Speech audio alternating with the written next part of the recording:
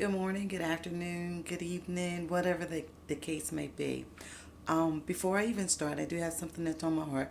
Before I even start, um, this is for the ones who get so sick and tired of seeing my videos or hearing my voice. I think at the bottom of your screen is a delete button. Just push it, and you won't have to worry about it anymore. I won't be upset. I won't even know that you deleted. So now that that is out the way, um, I wanted to share a testimony, and I did get the okay to share this testimony. I was talking to a friend this morning, and it's a really good friend of mine, and he's in the lifestyle homosexuality. He's in that lifestyle, and he's out of town, and he was sharing with me. He said, Michelle, he said, I need you to pray for me because I'm really, really struggling, really going through. He said, we had like major family issues. And he said, my pastor was telling me I could come to him and I could vent anytime. Anytime I'm going through something, just come to him. He would be a listening ear. So my friend said he picked up the phone, he called him, started telling him what was going on, and started saying, and I really need to be delivered from homosexuality. I'm struggling with my walk with God. He said in this church he's allowed to preach, he's allowed to prophesy, all of that. That's fine. I have a problem with that because God uses whoever.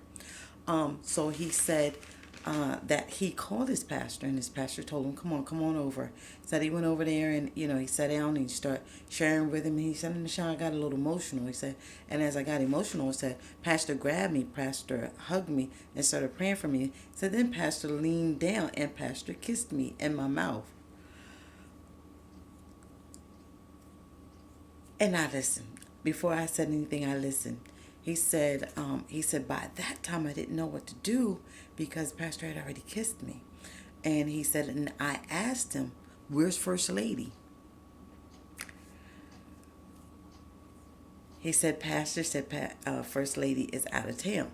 So you can read between the lines. What you think happened did happen. He said, I slept with my pastor. He said, and Pastor's been constantly calling me to see whether I was okay, blah, blah, blah, blah, blah, blah.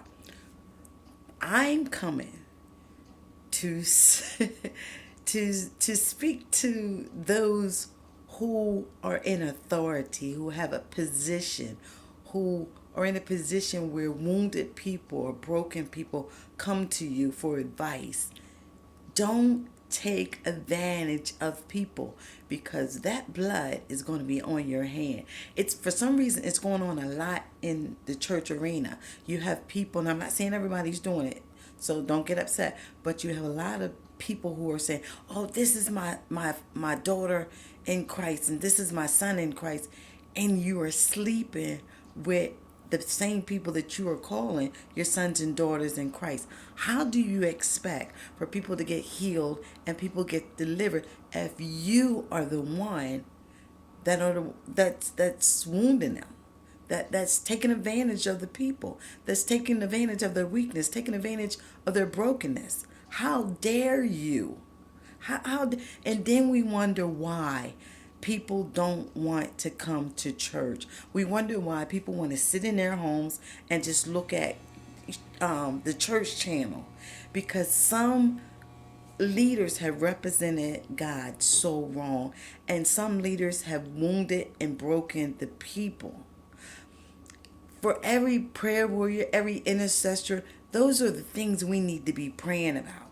Those are the topics that people don't want to discuss, don't want to talk about it. And when you have people working in deliverance ministry, a church that's working in deliverance ministry, and they bring up these issues and they want to talk about these issues, then those same pastors are the ones that bash those pastors that are for real trying to help the people. Come on, come on. You know what? That made me cry. It really made me cry that he had to give me that testimony. And he said he does not want to go to church ever again. He doesn't want to. He doesn't trust people. He was already having a problem, but he said he didn't trust people. I understand if you have your issues and and you're verbally saying, "Hey, I need to walk through deliverance." But for you people who are living double lifestyles, or should I say, on a down low, be honest, be transparent. Say, hey, I don't have it together. I can respect you more if you say, I don't have it together, than you try to play like you have it together and you try to convince me to change. I ain't trying to hear it. I tell everybody, hey, I don't have a problem with telling my flaws. I have a problem with telling my weakness. I'm the first one because if I tell it first, then nobody else can twist it up and get it backwards. I'm very transparent. I mean, a very, very transparent person. And I'm not a pastor. I'm not an apostle. And I'm not bashing on leadership. I'm really not. I'm just really on this thing of we have people who are out there who are wounded, who have been in church before and for whatever reason have now come out of the church. And when they run into the people who are sitting behind the four walls, we behind the walls ministering and encouraging each other, but we need to go out into those streets because people really need deliverance. People really want to be free. And for those of you who don't want to talk about certain subjects because you're afraid, then you need to move on out the way. Sit down, take your collar off, put it on the counter for a bit because you need to start really doing ministry. There's people out here, they want to see your wounds. They want to see your cut. Have you been where I've been at? Have you walked where I walked at?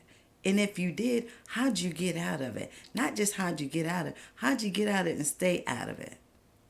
So I just wanted to just say, if you don't have it together, have a seat. Sit down somewhere. We won't be mad with you because you're really in the way of people who are really trying to help other people. These are innocent lives. These are people who really, really, really have problems. And you're making it worse. Oh, if you only knew my testimony, if you only knew my for real story, you wouldn't believe it.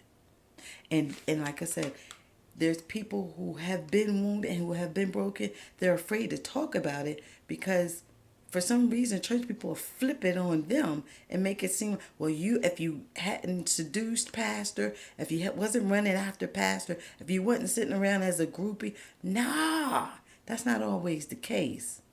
Sometimes we need to check our pastors, we need to check our leaders, we need to check those who have position. And again, I'm not bashing pastors or anything like that. My mom and dad is preachers. My mom and dad, they have their church. So that's one thing I would never do. But one thing I will do is I will speak the truth and I will be honest. I've been there. I've done that. I'm telling. I could name a. I could name a pastor. I really could. Well, actually, I exposed him already. But one thing I do is I preach and I sound the alarm about things like that. That's not something that I'm ashamed of. I'ma tell it. So, again, like I said, you can hit the delete button. I won't be upset. But we really need to work on our walks with Christ. I'm working on my own personal walk. But these are topics that people don't want to talk about it. I ain't afraid. Not at all.